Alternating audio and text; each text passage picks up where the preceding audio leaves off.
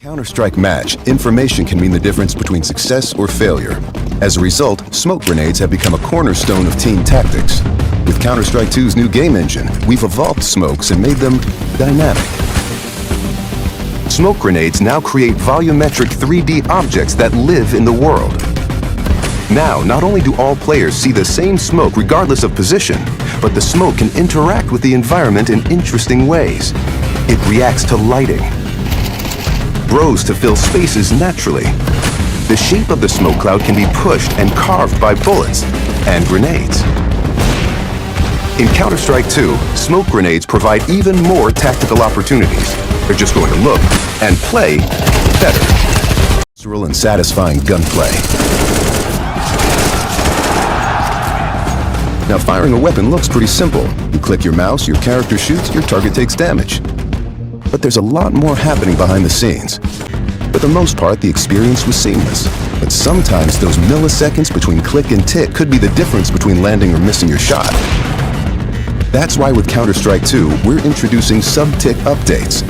Now the tick rate no longer matters for moving and shooting, so the server will know that you fired your shot, jumped your jump, or peeked your peek, and the server will calculate your precise actions between ticks. So what you see is what you get.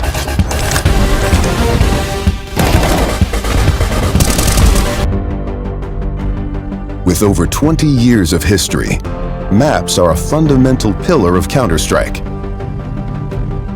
And in Counter-Strike 2, maps are getting a new look.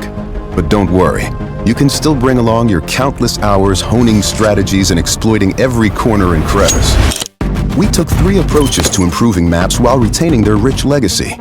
First, there are touchstone maps, classic maps with solid foundations that players can use to evaluate gameplay changes from CSGO to Counter-Strike 2.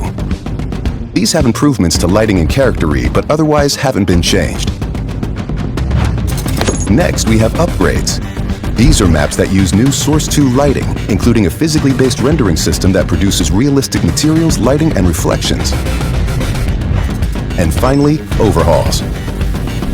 The oldest maps have been fully rebuilt from the ground up, leveraging all of the Source 2 tools and rendering features. These tools will be available for community map makers to make it easier to build, experiment, and iterate. With upgrades to lighting, player read, and materials in Counter-Strike 2, even the familiar will feel brand new.